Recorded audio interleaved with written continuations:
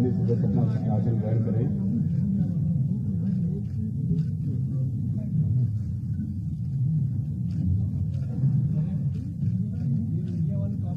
माननीय नेता सदन माननीय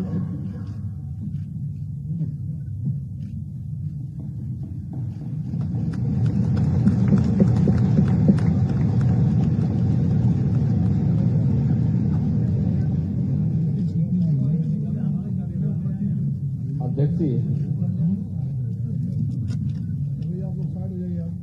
18वीं विधानसभा के अध्यक्ष के रूप में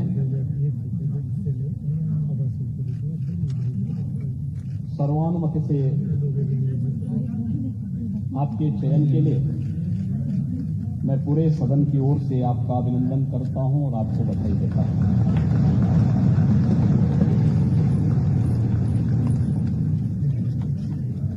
ये बड़ा सुखद संजोग है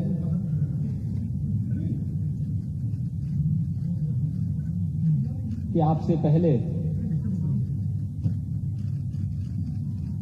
17 महानुभावों ने इस पद को सुशोभित किया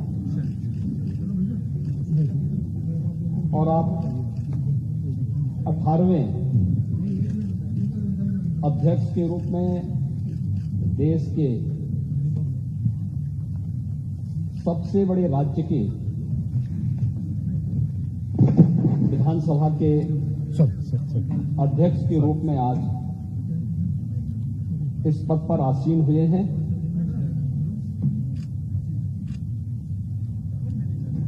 मैं हृदय से पूरे सदन की ओर से आपका अभिनंदन करता हूं।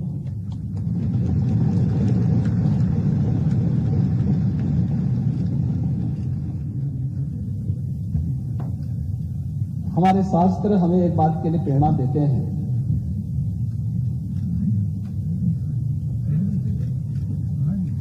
कि जब भी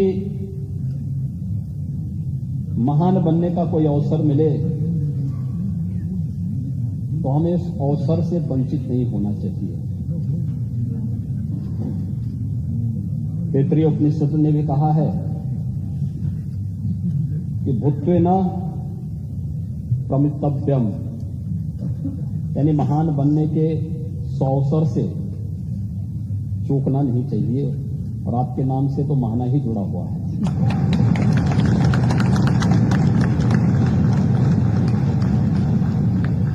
स्वाभाविक रूप से लोकतंत्र के इस गौरवपूर्ण आसन पर विराजमान होना ये किसी भी सदस्य के लिए न केवल अभिनंदनीय है बल्कि गौरवपूर्ण भी। और फिर इस पीठ पर एक अनुभवी सदस्य का चयन सर्वानुमति से हो, यह अत्यंत सुखद की अनुभूति कराता है। और खासतौर पर तब जब उत्तर प्रदेश विधानसभा में अभी बहुत दिन नहीं हुए हैं, मार्च प्रथम सप्ताह में दोनों ओर से मिसाइलें चल रही थी और उस समय हर व्यक्ति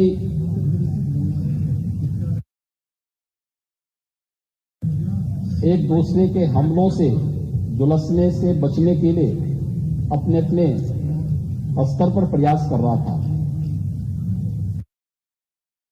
लेकिन ये भारत में ही संभव हो सकता है और भारत में भी उत्तर प्रदेश में ही कि राजनीतिक मतभेद भले ही कितने क्यों न हो, लेकिन लोकतंत्र को पुष्ट करने के लिए सर्वानुमति का रास्ता अपनाने और लोकतंत्र की गरिमा को और उसकी मर्यादा को बनाए रखने के लिए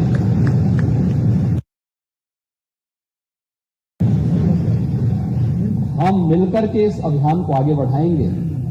और आज आपका सर्वानुमति से यहां पर चयन हुआ है। ये सचमुच भारत की उन मजबूत लोकतांत्रिक परंपराओं को और भी मजबूत करता है और भी पुष्ट करता है। मैं इसके लिए सत्ता पक्ष और विपक्ष से जुड़े हुए अपने सभी माननीय जो नेतागण हैं, नेता प्रतिपक्ष और सभी दलों के अपने नेताओं के साथ साथ नवनिर्वाचित सभी माननीय सदस्यों को भी मैं हृदय से उनके चुनाव के लिए और आपके चुनाव के लिए भी मैं उन सबका हृदय से अभिनंदन भी करता हूं और धन्यवाद भी देता हूं।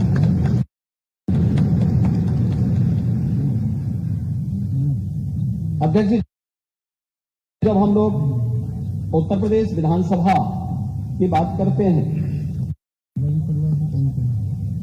तो इस विधानसभा के पहले अध्यक्ष के रूप में राजर्षि श्री पुरुषोत्तम दास टंडन जी का नाम आता है।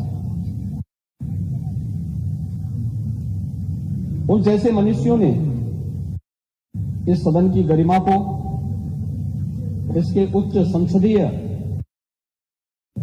मर्यादाओं और मानदंडों को स्थापित करने का कार्य किया था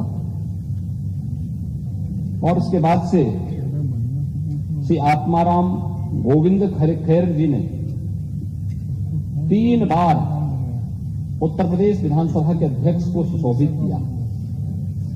श्री केसरीनाथ त्रिपाठी जी ने 3 बार उत्तर प्रदेश विधानसभा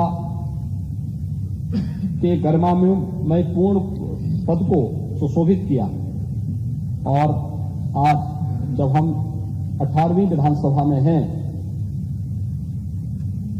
तो इस सदन के वरिष्ठ सदस्य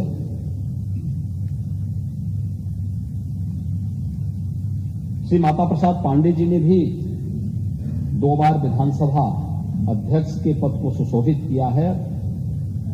आज भी इस सदन के माननीय सदस्य चुने गए हैं।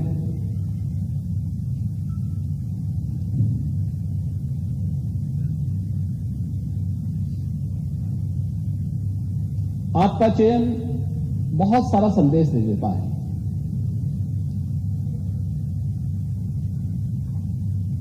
ये संदेश अध्यक्ष पद जैसे गरिमामय पद के लिए तो है ही, हमारी लोकतांत्रिक परंपराओं को पुष्ट और मजबूत करने की दृष्टि से भी महत्वपूर्ण है और उससे भी महत्वपूर्ण कि लोकतंत्र के जो 2 पहिए हैं, एक सत्ता पक्ष है, एक विपक्ष है, दोनों मिलकर के उत्तर प्रदेश की 25 करोड़ जनता के सर्वांगीण विकास के कार्यों को भी एक नई ऊंचाई तक पहुंचा करके नए भारत का नया उत्तर प्रदेश बनाने में अपना योगदान दे सकते हैं। और यह संदेश उत्तर प्रदेश की कोटि कोटि जनमानस के बीच में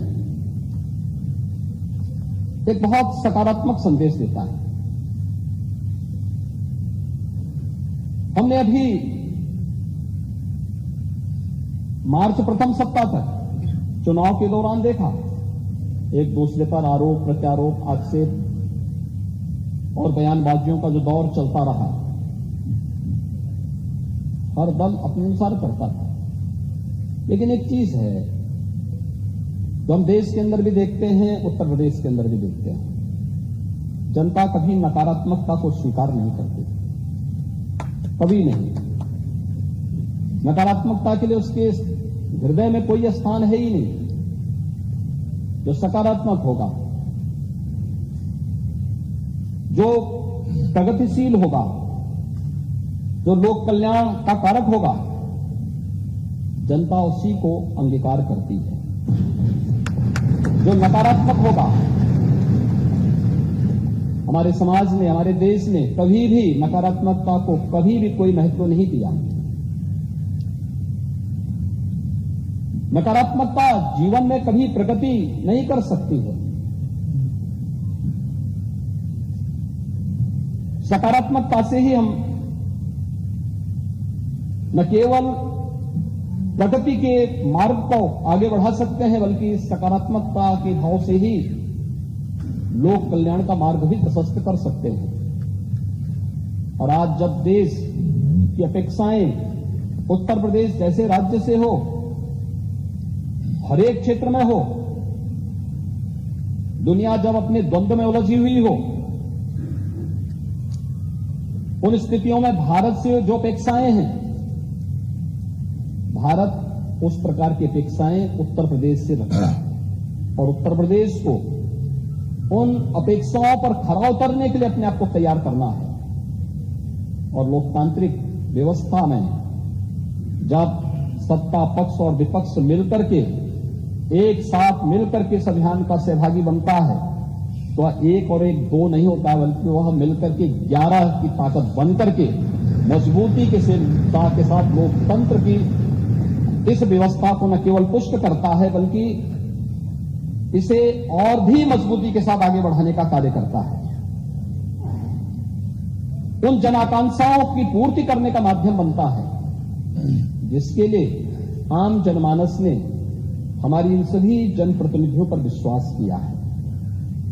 ये सभी चुनाव जीत करके आए, जनता के सामने आम जनमानस ने इन पर विश्वास किया। आम जनमानस का इन पर एक नया विश्वास प्रकट हुआ है और उस विश्वास पर कहीं भी हमें कोई भी किसी भी प्रकार से उसे अविश्वास में नहीं बदलने देना है। यह हमारा लक्ष्य होना चाहिए और इस दिशा में प्रयास की शुरुआत कल से मैं देख रहा हूं। माननीय सदस्यों ने शपथ ग्रहण किया। शपथ ग्रहण करने के बाद जिस सकारात्मक भाव के साथ शपथ ग्रहण का कार्यक्रम प्रारंभ हुआ, मैंने देखा है कि कल तक यहां पर 343 माननीय सदस्यों ने एक दिन में ही शपथ ग्रहण कर लिया था। 7 माननीय सदस्य बच गए थे, उनका शपथ ग्रहण अधिकतर ने आज यहां पर अपना शपथ ग्रहण भी संपन्न किया है। और किस सकारात्मक भाव के साथ सब लोग मिलकर के इस कार्यक्रम को आगे बढ़ा रहे थे। आज चुनाव संपन्न हो चुके हैं, अब हमें विकास के बारे में सोचना है, उत्तर प्रदेश के उत्थान के बारे में सोचना है, उत्तर प्रदेश की 25 करोड़ जनता के हितों के संवर्धन के लिए सोचना है, उत्तर प्रदेश के युवाओं के बारे में, उत्तर प्रदेश की आधी आबादी महिलाओं के बारे में सोचना है, उत्तर प्रदेश के किसानों के बारे में सोचना है, उत्तर प्रदेश के मजदूरों के बारे में सोचना है और उत्तर प्रदेश के उन सभी दबे कुचले लोगों के बारे में जिनकी आवाज को देने का माध्यम लोकतंत्र ने उन्हें एक वोट के रूप में दिया है, उस आवाज को भी अब आगे बढ़ा करके शासन की योजनाओं से इसे मजबूती के साथ जोड़ने का कार्य अब सदन करे। इस विश्वास के साथ उसका एक प्रतिरूप आज विधानसभा अध्यक्ष के रूप में सर्वसम्मति से आपके चयन की इस प्रक्रिया का होना इस बात को मजबूती से और मजबूत करता है कि हम सब मिलकर के इस सदन की उच्च मर्यादाओं को, उच्च परंपराओं को आगे बढ़ाने का कार्य करेंगे। और आज आपका चयन उसका एक उदाहरण भी है। देश के अंदर विभिन्न विधानसभाएं, उत्तर प्रदेश की विधानसभा के अंदर क्या कुछ हो रहा है इसको बहुत नजदीक से देखती है। मुझे याद है जब पिछले कालखंड, पिछले 17वीं विधानसभा में इस सदी की सबसे बड़ी महामारी के दौरान हम लोगों ने विधानसभा के सत्र को यहां पे संचालित करने का निर्णय लिया। बहुत सारे प्रश्न उठ रहे थे कि कोरोना में सदन चलाना क्या आवश्यक है। हम लोगों ने कहा देखिए संवैधानिक बाध्यताएं हैं और विधायी कुछ कार्य संपन्न होने आवश्यक है, इसलिए हम लोग उसकी कोई व्यवस्था देने जा रहे हैं। हम लोगों का सत्र बहुत संक्षिप्त सत्र था, लेकिन सत्र कैसे हमने संचालित किया है, विभिन्न राज्यों से मेरे पास फोन आते थे कि कैसे आपने सदन का संचालन किया, कैसे इस कार्यक्रम को आगे बढ़ाया। और 17वीं विधानसभा तो इस मामले में बहुत रिच रही है कि उसने बहुत सारे ऐसे कार्य किए जो वास्तव में कार्यकाल 17वीं विधानसभा में सरकार को भी, माननीय सदस्यों को भी 3 वर्ष का ही कार्यकाल का एक अवसर प्राप्त हुआ था। 2 वर्ष कोरोना जैसी महामारी से जूझते हुए व्यतीत हुए, लेकिन उन 3 वर्षों में भी पहली बार सस्टेनेबल डेवलपमेंट गोल्स पर सदन में चर्चा हो सके और लगातार 36 घंटे तक चर्चा चल सके। शिक्षा के क्षेत्र में, स्वास्थ्य के क्षेत्र में, गरीबी उन्मूलन के क्षेत्र में, अन्नदाता किसानों के लिए, पर्यावरण के लिए कैसे हम उस विकास की प्रक्रिया को सतत बढ़ाने के लिए कार्य कर सकेंगे, इस पर चर्चा होती। इस पर इसी सदन में राष्ट्रपिता महात्मा गांधी की 150वीं जन्म जयंती के अवसर पर लगातार 36 घंटे तक हमारे सदन का चलना माननीय सदस्यों के मन में आम जनमानस के प्रति बसी व भावना को प्रदर्शित करने का एक माध्यम बना था। उसने देश के अंदर एक बहुत सकारात्मक संदेश दिया। मेरे पास तमाम संस्थाओं की ओर से इस बारे में संपर्क किया गया, कैसे इस कार्यक्रम को चलाया गया, क्या गोल्स निर्धारित हुए हैं, सरकार ने उस गोल्स को अचीव करने के लिए अपने आगे की रोड मैप क्या तैयार किया है। इन सब पर एक सकारात्मक पहल आगे बढ़ी थी। यही सदन था जब हम लोगों ने 2019 में इसी सदन में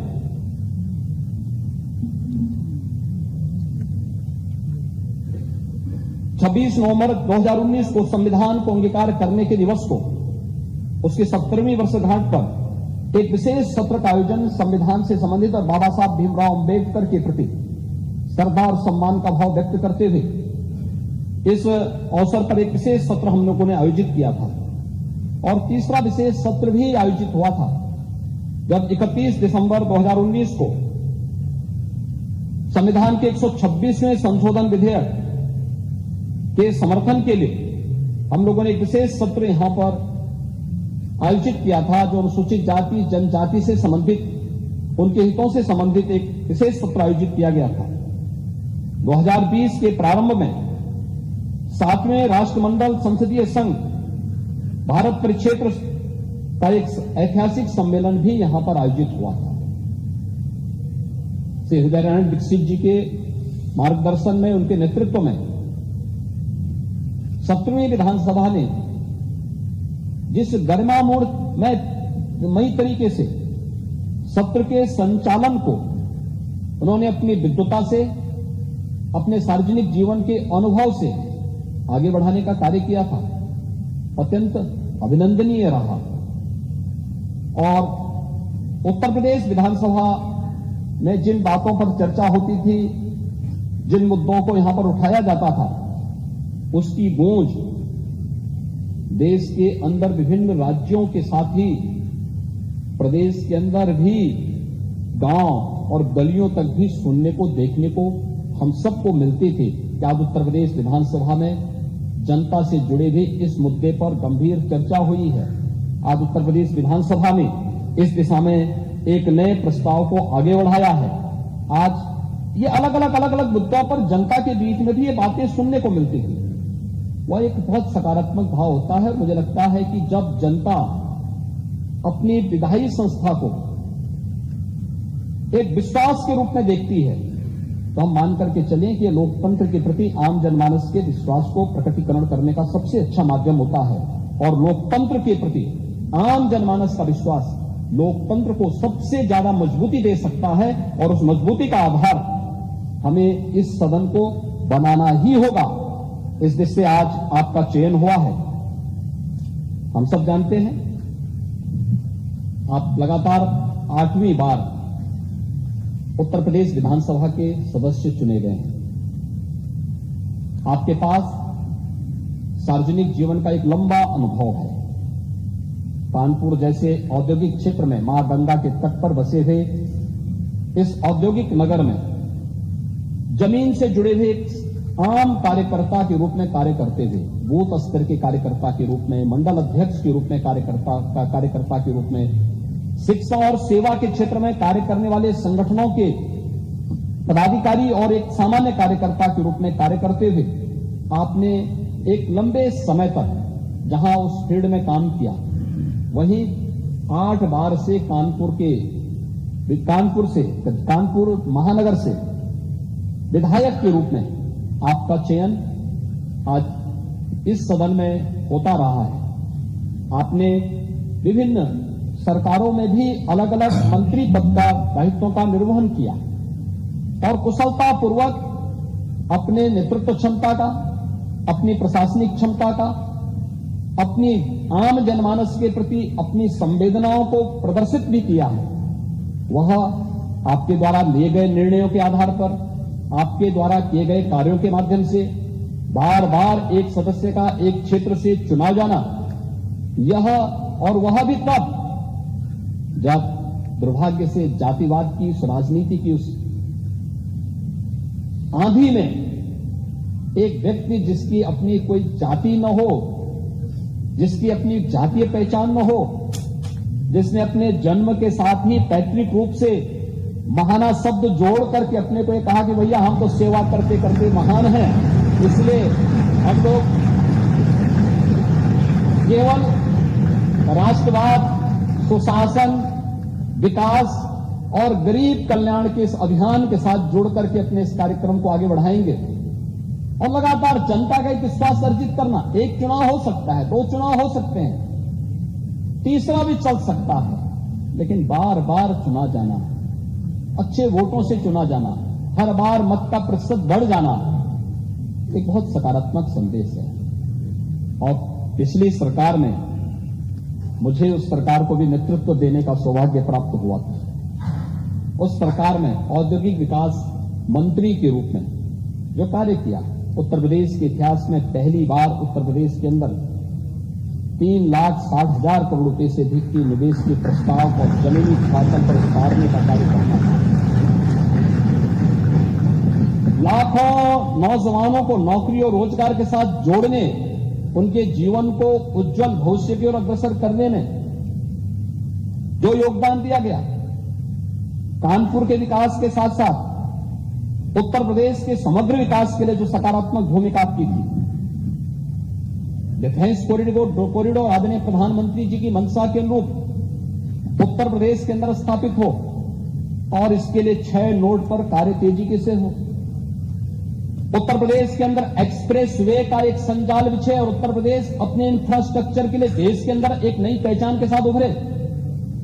ये भी उत्तर प्रदेश में औद्योगिक विकास मंत्री के रूप में जब आपने इस पद को सुशोभित किया, ये सभी कार्य उत्तर प्रदेश की जनमानस में होते हुए देखे हैं और स्वाभाविक रूप से आपने मेरी टीम के एक महत्वपूर्ण स्तंभ के रूप में कार्य करते हुए इन कार्यक्रमों को आगे बढ़ाने का कार्य किया।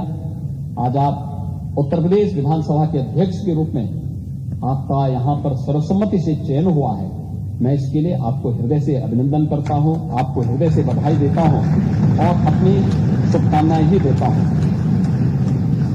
आपका चयन ऐसे समय में हुआ है जब यह देश आजादी का अमृत महोत्सव मना रहा है। यह आजादी का अमृत काल है। अमृत काल के लिए प्रधानमंत्री जी ने आगामी 25 वर्षों के लिए कुछ लक्ष्य निर्धारित किए हैं देश के अंदर। और देश के लिए जब कोई लक्ष्य निर्धारित हो तो देश की सबसे बड़ी आबादी के राज्य के लिए तो उन लक्ष्यों को प्राप्त करना और भी महत्वपूर्ण हो जाता है, क्योंकि अगर भारत को समयबद्ध ढंग से उन लक्ष्यों को प्राप्त करना है तो उसमें अग्रणी भूमिका के रूप में उत्तर प्रदेश को आना ही होगा। उत्तर प्रदेश की सबसे बड़ी भूमिका होनी ही चाहिए, क्योंकि सबसे बड़ी आबादी का राज्य है। 25 करोड़ की आबादी देश के अंदर, अन्य किसी भी राज्य को हम देखेंगे तो उसकी आबादी उत्तर प्रदेश की आधी से कम ही है। और जब हम लोग देश की बात करते हैं तो इसकी शुरुआत उत्तर प्रदेश से होनी चाहिए। और अमृत काल में आप उत्तर प्रदेश के विधानसभा के अध्यक्ष बने हैं, यह अत्यंत सौभाग्य का क्षण है और इसके लिए मैं आपको हृदय से बधाई देता हूं। महोदय, मैं विश्वास व्यक्त करता हूं कि आपके नेतृत्व में उत्तर प्रदेश की हमारी 18वीं विधानसभा एक सुनिश्चित लक्ष्य को प्राप्त करने में सफल होगी। हम निरंतर उत्तर प्रदेश के विकास को आगे बढ़ाने में सफल होंगे। मैं अपने सभी नवनिर्वाचित माननीय सदस्यों को भी हृदय से उनके चयन के लिए, उनके निर्वाचन के लिए और उनके द्वारा शपथ ग्रहण किए जाने के लिए भी मैं हृदय से उनका अभिनंदन करता हूं, उन्हें बधाई देता हूं। 5 वर्ष का उनका जो कार्यकाल है, ये जन अपेक्षाओं पर खरा उतरने का एक उन्हें माध्यम मिला है। अगर शासन की योजनाओं को समयबद्ध ढंग से वे आम जनमानस तक पहुंचाने में सफल होंगे तो आपकी तरह वे भी बार बार चुने जाएंगे और इन्हीं में से कोई सदस्य एक दिन उस पद को सुशोभित करके फिर से अध्यक्ष पद को आगे बढ़ाने का कार्य करेगा। ये जानने का, सीखने का, क्योंकि सदन की परंपराएं तो हम लोग परंपरागत रूप से आगे बढ़ाते हैं। जो कुछ भी हम सीखते हैं, जानते हैं, संसदीय कार्यों के माध्यम से जो कुछ भी अनुभव हमारे सामने आता है, वही परंपराएं आगे बढ़ती हैं और सदन की परंपराएं इसी रूप में आगे बढ़ती रहेंगी। एक बार फिर से मैं आपको इस पद पर चयन के लिए हृदय से, अपनी ओर से, पूरे सदन की ओर से, पार्टी की ओर से हृदय से बधाई देता हूं, आपका अभिनंदन करता हूं और विश्वास व्यक्त करता हूं कि उत्तर प्रदेश विधानसभा अध्यक्ष के रूप में आप उत्तर प्रदेश के सदन की मर्यादा को, इसकी परंपरा को एक नई गरिमापूर्ण तरीके से आगे बढ़ाने का कार्य करेंगे और उत्तर प्रदेश विधानसभा 17वीं विधानसभा की तर्ज पर, यद्यपि विगत 2 वर्षों से हम लोग कोरोना जैसी महामारी से के प्रबंधन में ज्यादा समय हमें खर्च करना पड़ा, ज्यादा समय लगाना पड़ा, एक जगह एकजुट होकर के ज्यादा जमावड़ा नहीं होना है, यह जो भी प्रोटोकॉल थे उसका पालन करते हुए हम लोग अगले 2 वर्ष में कोई कार्य इस प्रकार से आगे नहीं बढ़ा पाए। लेकिन समय समय पर राज्य के हित के लिए, 25 करोड़ जनता के हित के लिए और देश और दुनिया से जुड़ी हुई महत्वपूर्ण मुद्दों को लेकर के चर्चा परिचर्चा का एक माध्यम हमारा ये सदन बनेगा। इस विश्वास के साथ मैं एक बार फिर से आपके प्रति हृदय से बधाई देता हूं, आपकी उज्जवलमय भविष्य की कामना करता हूं और विश्वास व्यक्त करता हूं कि आपके नेतृत्व में यह सदन अपनी उच्च परंपराओं को आगे बढ़ाने का कार्य करेगा। आपके प्रति मेरी पूरे सदन की मंगलमय शुभकामनाएं हैं। धन्यवाद। जय हिंद। माननीय नेता प्रतिपक्ष नेता समाजवादी पार्टी आदरणीय अध्यक्ष जी,